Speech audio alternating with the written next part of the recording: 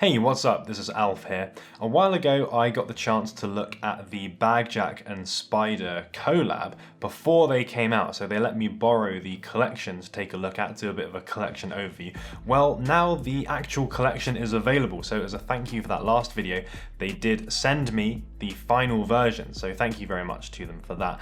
But I wanted to use those to do a bit of a proper review to go a bit more in detail about one of these. So I've picked out the roll top bag, which is probably the most feature-rich bag of the collection, and one of the mini bags as well. I mentioned in the last video that these would be premium priced bags, and that certainly is the case. Converting from Korean won into Great British pounds, these are coming out at around 450 for the roll top and 130 for the mini bag, which is approximately $575 and $165 respectively. That's actually more than mainline Bagjack stuff, so these things had better be doing a lot to pull their weight. Let's have a look. This bag adopts a traditional roll top style you probably will have seen before. However, it's got a significantly cleaner and more sophisticated look than a lot of those bags. Often they will have a scrunched up look about them, where you've got that normally canvas material that's been rolled, obviously, or folded or scrunched or whatever over,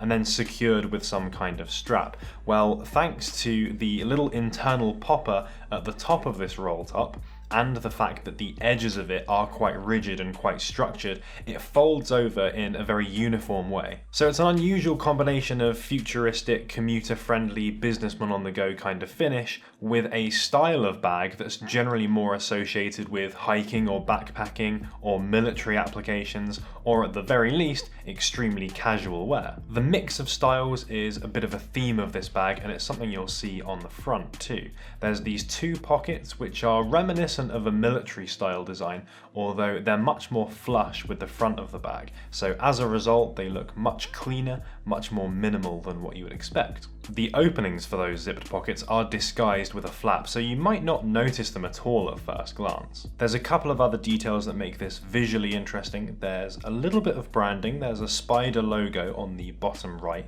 It's a little metal logo that's actually attached on there, so it's quite premium looking and quite cool. And there's also a very small Bagjack tag on the side of the bag as well. I think it does work having something in that bottom corner. It makes things a little bit more interesting, even though the Spyder brand might not carry that much weight in terms of high quality carry goods. I think they do have a reputation for quality, and certainly within ski wear and snow sport stuff, which is where I know them from, they're pretty well regarded. There is a Cobra buckle on the front, which is going to impress all the tech wear enthusiasts, although this is an all black finish, so it's more like a nice subtle nod to a bit of technical fashion. The material is of obvious high quality and high durability. It's quite a deep black colour, and it's got a bit of a sheen to it as well. And on the topic of durability and weather performance, all of these zips are weather sealed as well, so water resistant performance of this bag is going to be super high. Overall, looks wise, this is perhaps not the most futuristic thing you could hope for in a techwear backpack, but the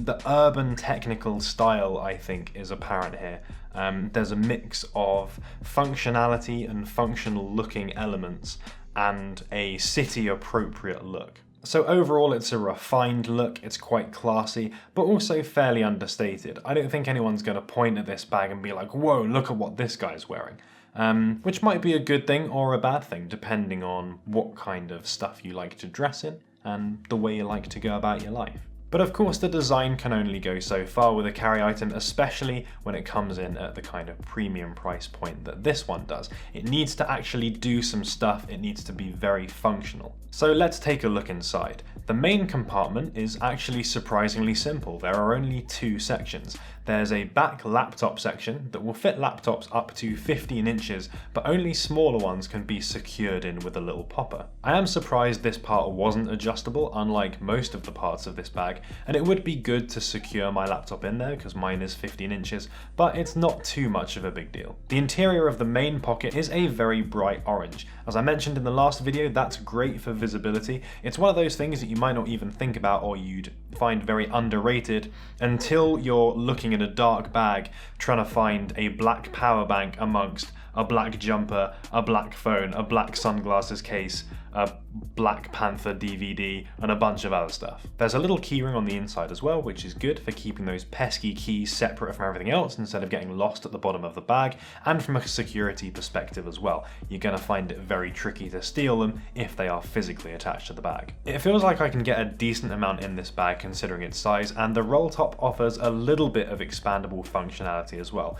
If you keep the popper and the strap secured, there's a little bit of play there, there's a little bit of extra room, but not too much. You can undo the popper and then keep the strap attached, and then you get a little bit more space. There's one extra pocket, there's a little semi-secret one on the back, which is accessed by a zip on one side. I always like the inclusion of these high security hidden pockets just when you've got something that you really want to keep safe and close to you.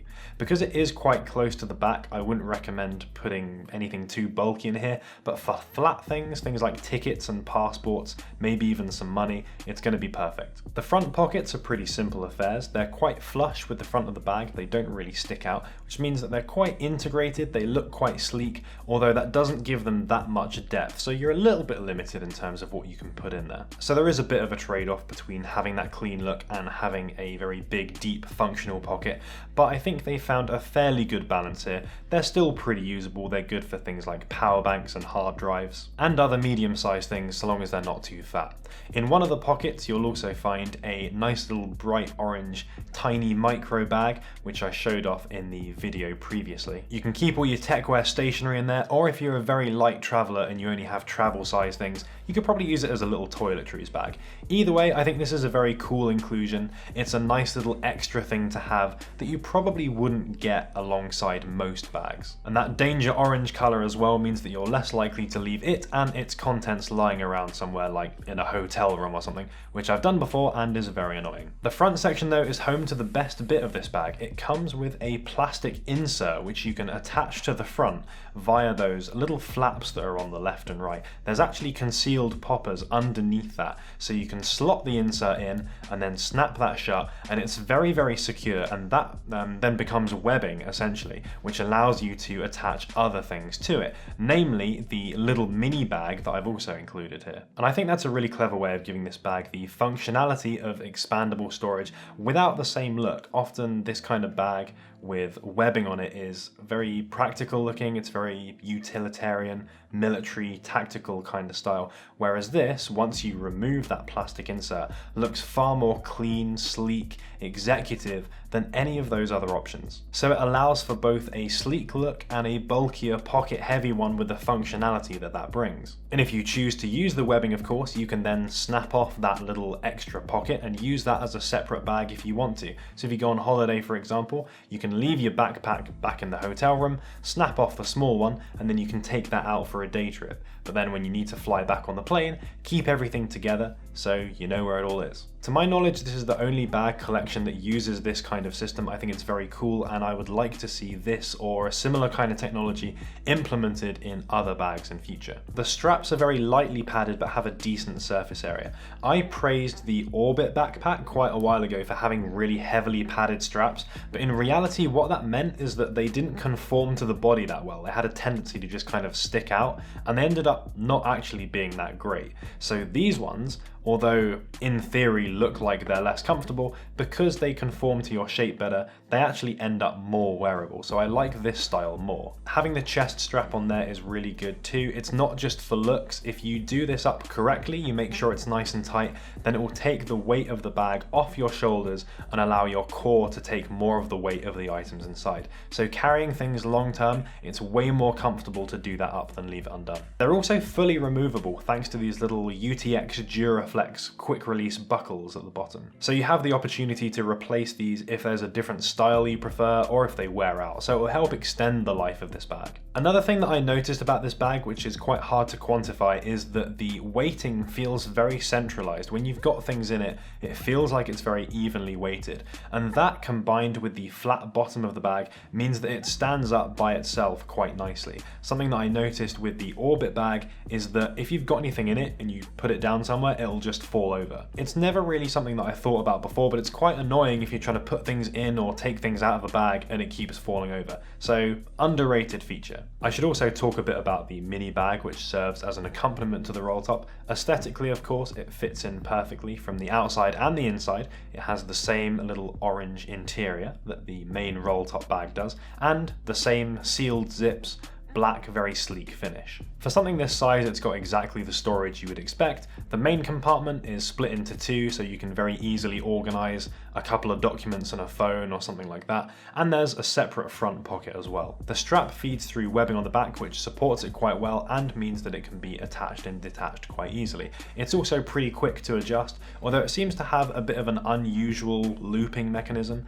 and it just about manages to hold the weight of the bag, but you can pull it loose quite easily. And that's really all there is to it, so this certainly isn't something that I would recommend purchasing by itself. The real value that you get from this comes with its relationship and its interaction with the larger bags in the Bagjack Spyder series. And you'll get a lot more value and use out of it that way, because you can use it both by itself or as a way of expanding the storage on a larger bag. And to conclude on the roll top, I think to an extent a similar thing applies there. Although by itself it's a very nice bag, the unique attachment functionality really demands owning another bag from this series to make use of its full potential. As a system, the two bags together are highly functional and flexible. They're very obviously of a high quality, they're durable, they're going to be resistant to all kinds of weather conditions, and I think have a nice understated look that will be appropriate not only for techwear outfits or futuristic athleisure stuff, but all kinds of travel gear and even on a commute taken into the office. But of course the price for these things is very high. If you buy these two bags together and plan on using them as a system,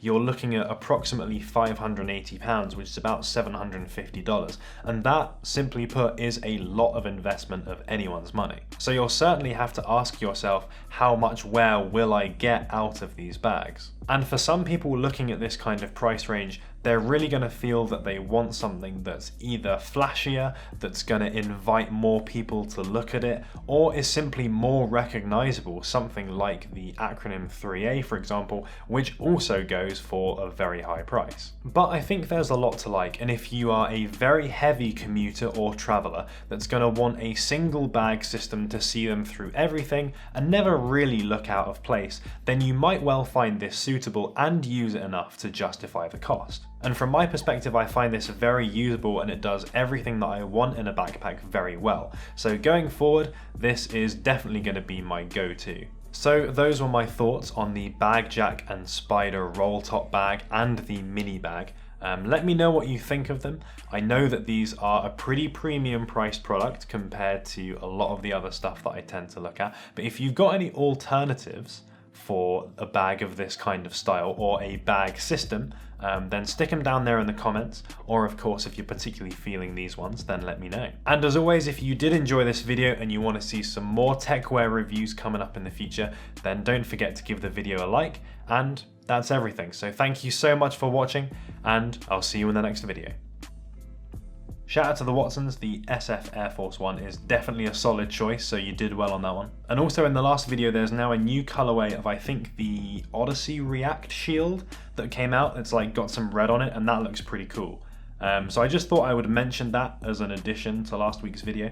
So I'll put a link to that down in the description. Thanks for making it to the end of the video. If you want to see some more cool stuff, there'll be videos going up there, of course. And if you haven't subscribed yet, then definitely consider doing so. We're in winter season now. There's going to be all kinds of jacket reviews and loads of other cool stuff coming up. So make sure you're subscribed, hit the little circle. You can do that, and we can be best buddies.